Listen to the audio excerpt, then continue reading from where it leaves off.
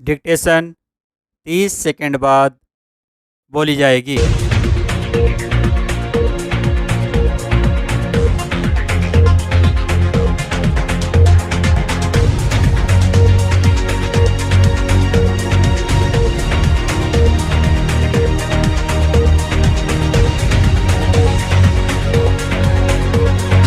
10 second.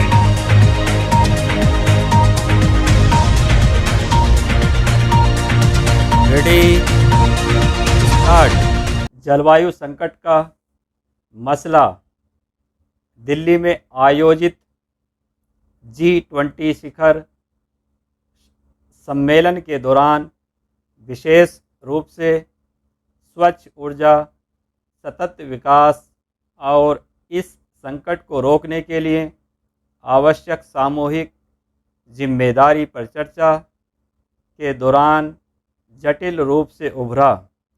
G20 की बैठक से ठीक पहले जारी की गई संयुक्त राष्ट्र संघ की ग्लोबल स्टॉक टेक नाम की एक रिपोर्ट ने उन चुनौतियों का दायरा निर्धारित किया जो दुनिया की प्रमुख अर्थव्यवस्थाओं के सामने मुंह बाएं खड़ी है। यह एक अलग बात है कि इस रिपोर्ट में पहले से ज्ञात तथ्यों से शायद ही कुछ ज़्यादा परोसा गया है। यह स्टॉक टेक इस नवंबर में दुबई में होने वाले 28वें पार्टियों के सम्मेलन से पहले चर्चा का मार्गदर्शन करने के लिए एक नमूने के रूप में काम करेगा और इसका मकसद ग्रीन हाउस गैसों के उत्सर्जन को रोकने के लिए 2015 के बाद से विभिन्न देशों द्वारा वास्तव में किए गए कार्यों की आधिकारिक हिसाब रखना है।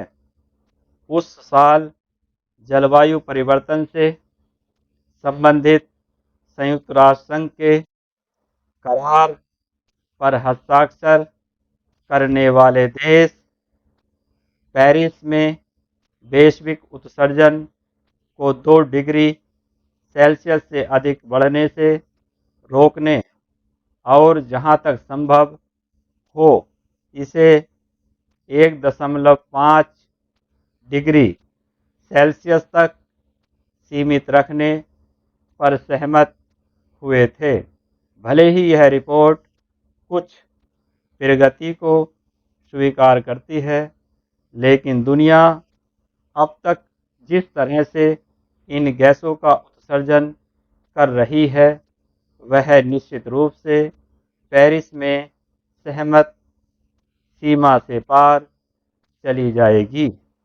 इस रिपोर्ट में स्पष्ट रूप से कहा गया है कि 2030 तक वैश्विक ग्रीन हाउस गैस उत्सर्जन को 43%, 2035 तक 60% तक कम करने और 2050 तक वैश्विक स्तर पर कार्बन डाइऑक्साइड के शुद्ध शून्य उत्सर्जन के लक्ष्य तक पहुंचने के लिए घरेलू स्तर पर कमी लाने वाले उपायों को लागू करने के लिए कार्रवाई और समर्थन के मोर्चे पर बहुत ज़्यादा महत्वाकांक्षी होने की ज़रूरत है। नवीकरणीय ऊर्जा संसाधनों में तेज़ी से बढ़ोतरी किए और कोयला, तेल एवं प्राकृतिक गैस जैसे जीवाश्म ईंधन के स्रोतों को त्यागे बिना इस अंतराल को पाने की संभावना नहीं है। हालांकि दुनिया के नेताओं द्वारा संकट की भयावहता को कई बार और हाल ही में G20 में स्वीकार किए जाने के बावजूद ऊर्जा परिवर्तन के मामले में बहुत कम उपलब्धि हासिल हुई है। G20 देशों में वैश्विक स्तर पर चलने वाले कुल कोयला आधारित बिजली संयंत्रों का 93% और भावी संयंत्रों का 88% हिस्सा मौजूद है। G20 के नेताओं की घोषणा में औपचारिक रूप से विकासशील देशों के लिए 2030 से पहले की अवधि में 5.8 ट्रिलियन अमेरिकी डॉलर की ज़रूरत है। साथ ही 2050 तक शुद्ध शून्य के लक्ष्य तक पहुंचने वास्ते 2030 तक स्वच्छ ऊर्जा प्रौद्योगिकियों के लिए प्रति वर्ष 4 ट्रिलियन अमेरिकी डॉलर की ज़रूरत को मान्यता दी गई है।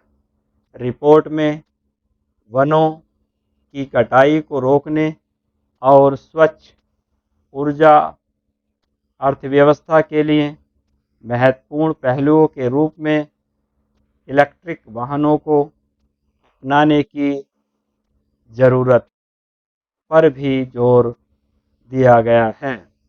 हालांकि यह अलग अलग देशवार जानकारी या उत्सर्जन को कम करने के लिए विभिन्न देशों द्वारा अपनाए गए दृष्टिकोण में मौजूदा कमियों का ज़्यादा विस्तृत विश्लेषण नहीं पेश करता है। इस स्टॉक टेक रिपोर्ट को हालांकि एक अन्य तकनीकी दस्तावेज मानकर खारिज नहीं किया जाना चाहिए। आगामी जलवायु वार्ताओं के दौरान इसे वास्तविक सफलताओं की तलाश और उन्हें अपनाने में सहायता के लिए बातचीत का आधार बनाना चाहिए। स्टॉक